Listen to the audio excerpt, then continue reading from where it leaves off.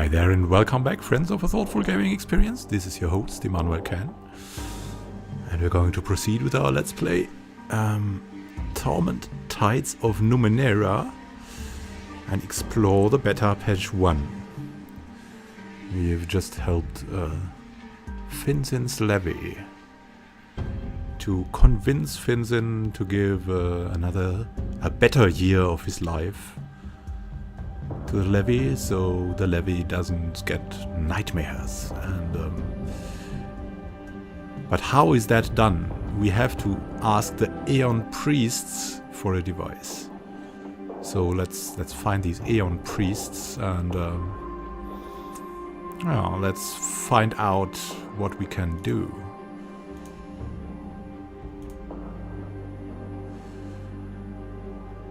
So first we have to find out where the Aeon Priests are. The encyclopedia does not work, so we'll just walk around. And probably the Aeon Priests are near the Order of Truth.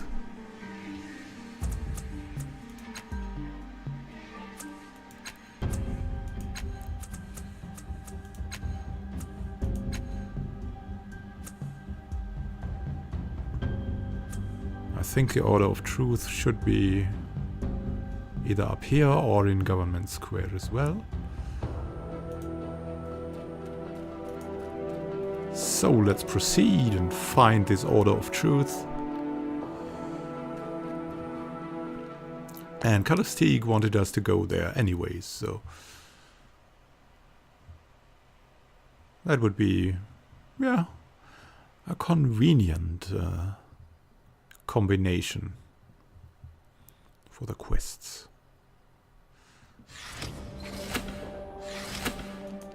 There's a bar and someone running around. This child is warping around. Maybe it's another of these timed time changed children running around. Technology that suspends the tables prevents them from being easily flipped, dragged, or moved in any way. Given the location, this is probably a good thing. Yeah. And this seems to be some kind of special man. So let's talk to him, her. Tana Hobbs. Hello there. Not possible to talk to him. About the Explorer. Good day, human. We are somewhat busy at the moment. At the Sylph.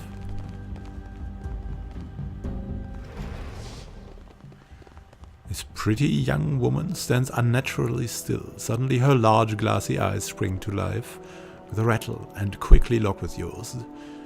Before just as quickly snapping away. Her skin, as fair as porcelain, is cracked beneath several layers of dirt and faded makeup. And on the side of her neck you see what appears to be a small tattoo of vertical lines with glyphs etched at the bottom. For a moment familiarity overwhelms you, disappearing as a minute shudder runs down her arms. Her gaze snaps back to your face, but not to your eyes. She's staring at your tattoo. Jerkily her hand rises to touch her own. Well met, I'm called Sylph. You note the slight pause before she pronounces her name. Her voice has a purring quality, under which you can hear the spinning of countless gears. She coughs just once, and a small greenish cloud emerges from between her lips. How did you come by that mark? Try to remember where you've seen Sylph's tattoo before. Yeah, and we'll up this to easy.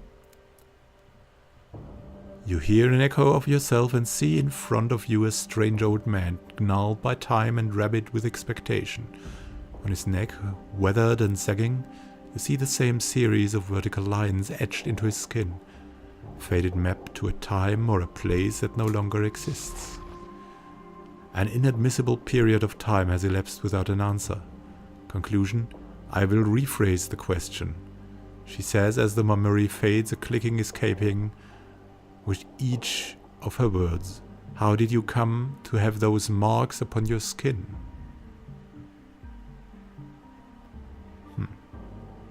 the usual way? No, we don't know, so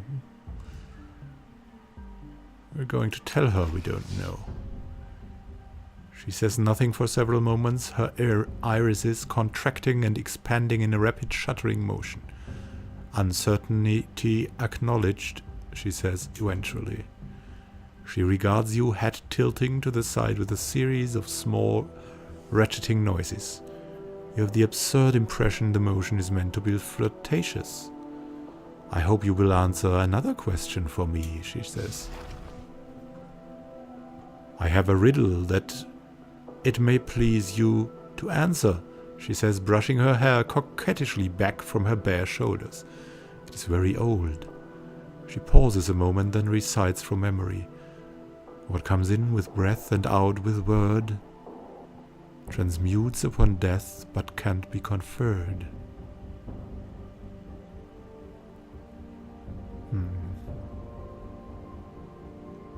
Some kind of air, I don't know. The words sound vaguely familiar, resonating in your mind, even after she's stopped speaking. Try to remember where you've heard the riddle before. Well, let's do that.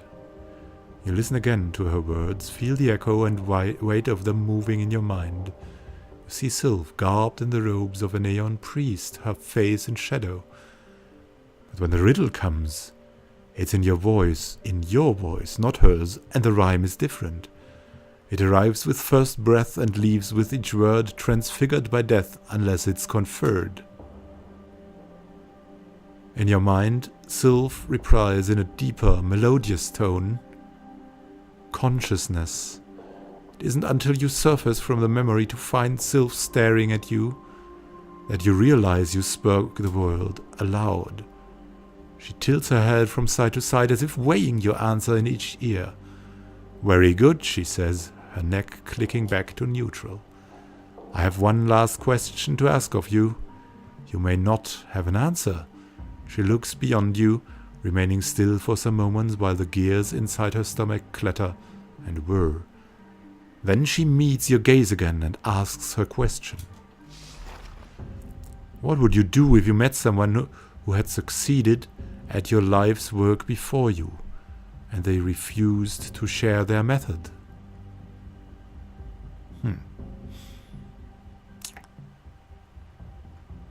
As we're intellectuals, we would find our own method. We're proud. That would doubtless be difficult. The darkness behind her eyes whirls with glints of metal. Her pupils dilate fully. They snap back to normal and she bows slightly. I wish you luck in your endeavor. I have no more questions for you. And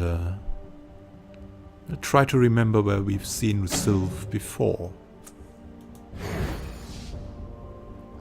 An image appears in your mind of Sylph standing demurely beside a richly clothed man who gestures at you impatiently. Sure, she's old, but she can still work. Still got that machine intelligence of her running along nicely. Unlike some others, he says, if you're lonely, she'll keep you company, and if you're not, she'll keep quiet. Won't you? He turns his piercing gaze on Sylph, who nods. A sharp edge of disappointment. You recall walking away from Sylph when she was offered to you, passing a sneering man in dark robes who had already made an offer. His presence overwhelms the memory with a sudden understanding of who and what stands in front of you. Aeon, an obsessive Aeon Priest who made it his personal mission to track the changing god to the ends of this world, searching for a way to transfer his self into vessels of his choosing. It's impossible to tell how successful the transfer was, or how intertwined their two psyches may have become. Regardless, the two of them are trapped in the same decaying construct, with no hope of salvation anytime soon. Who are you? We ask Sylph. I am Sylph, she states simply, inclining her head toward you with an audible click. I am at your service. Who are you again?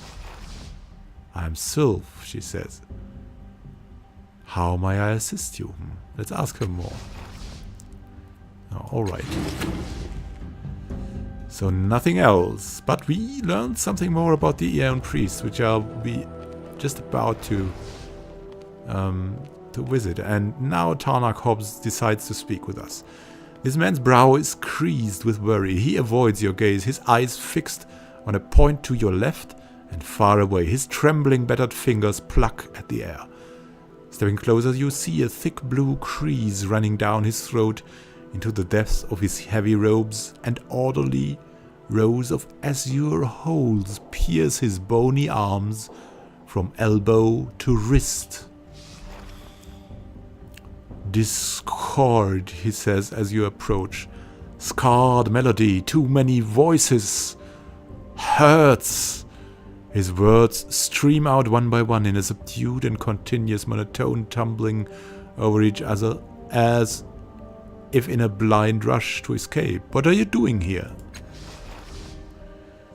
Wayfarers bring me broken Numenera. I repair them for pay. I need to eat, he cries.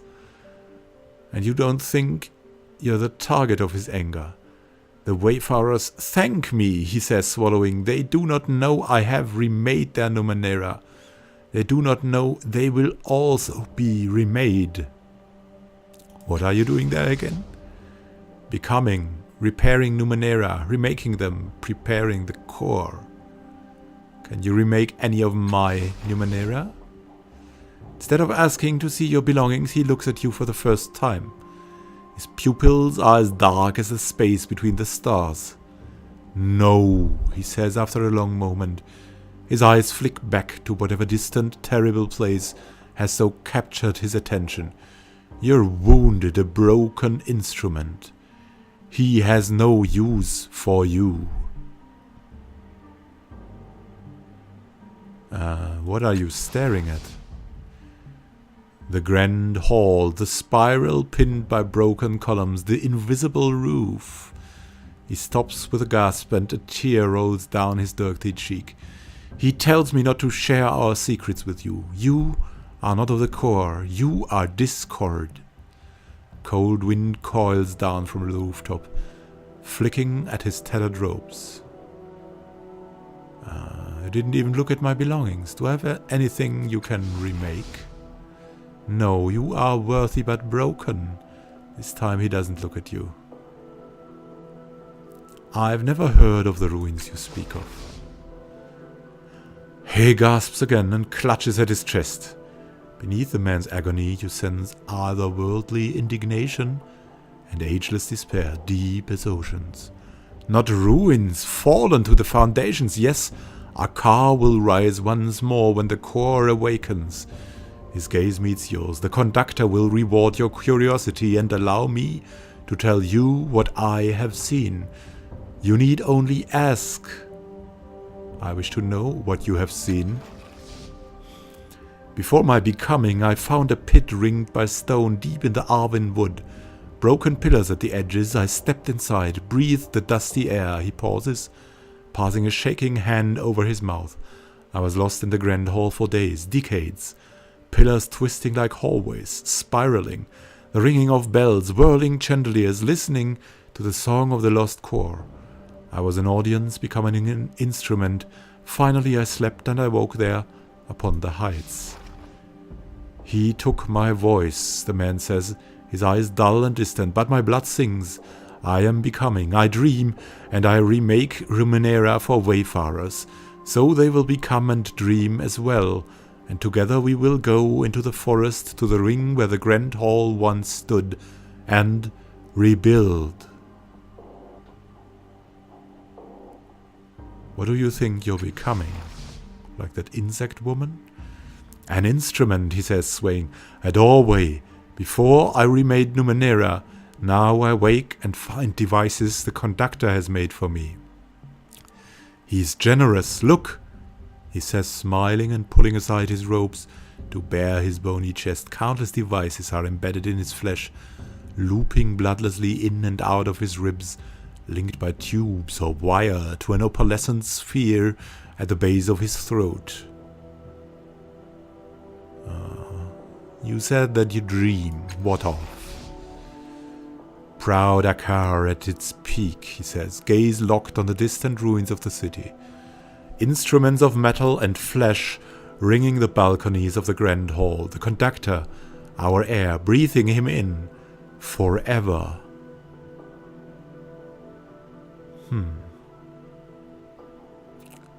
Wow. Nothing more to say, so farewell. But now let's go find those Aeon Priests. Let's go find the Order of Truth. Maybe they have something they can tell us. A Memovira guard. And sometimes you have random encounters there of people just walking by with special names. And you need to talk to them or they will be gone next time. They may be there just at different daytimes. So we're going to talk to this man now. Omar Don, this robed man, turns a golden bespectacled gaze and winning smile on you. He seems a charming enough sort, but it's clear he wants something from you, and is perfectly willing to take it, politely and with absolute guile, of course. At last, he says, someone who looks like they can see further than their nose. These Sagusites are as observant as rocks. He clasps his hands together, pleading. Please tell me you've seen a beautiful girl with purple hair. Her name is Persea. She's my beloved, but she suffers from a madness that causes her to fear everything. She can't stop running from imagined dangers, and I've been chasing her for, years now, trying to catch her and cure her before she hurts herself. Scan thoughts, imagine me a danger to her. Why I brought her back. That seems strange, surface thoughts.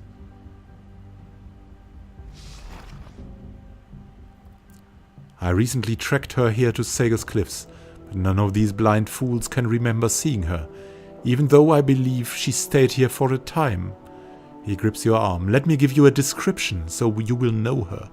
She's heartbreakingly beautiful and wears winged hair combs that float around her head, constantly changing the arrangement of her purple hair.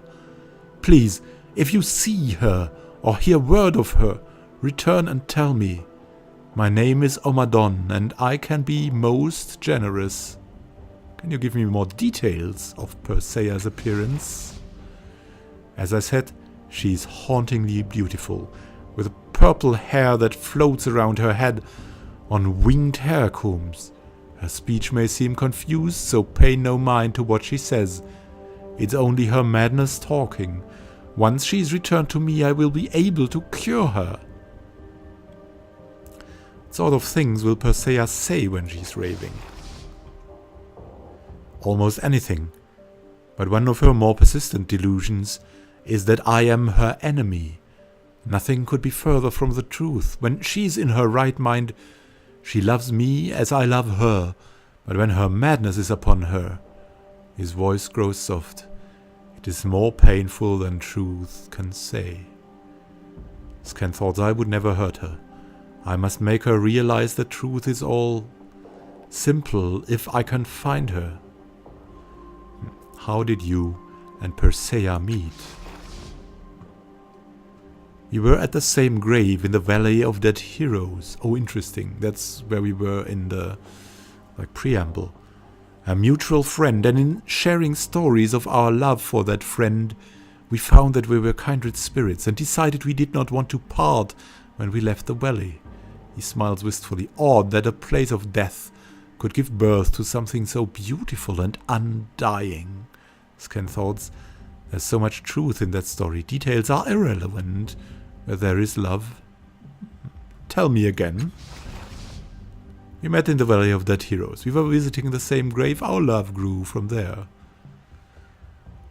What caused her to go mad? He frowns, thoughtful. It is, I believe, some trauma associated with her birth or early life. We found that it could be overcome with love and care and certain medications. But even then, some lapses occur. It was during the last of these that Persea vanished. I have been on her trail ever since. Scan thoughts. I am certain she will see clearly as soon as we are together. How do you hope to cure Perseia's madness?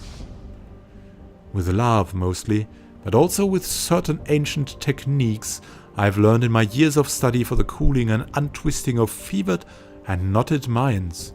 I'm positive that once I am able to isolate her from the corrupting distractions of the world, I will be able to restore her to her true self. Maybe he can help us too later. So, farewell, we'll look for her. Travel safe, friend. There are silver orphans here. Oh no, but... need to find this Order of Truth thing.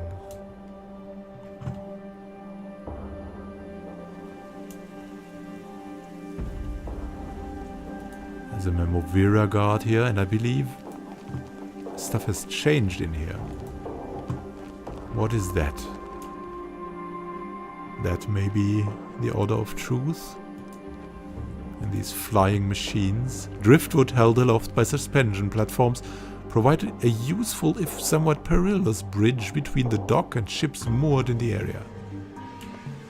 Oh, we're at the ship harbor. Spaceship harbor. Maybe this is the caravanserai they were talking about. Some sailors, so we won't find the Order of Truth here. So let's go over there and I think... back here? Don't know. Talk to enough persons, it's time to make some progress, right?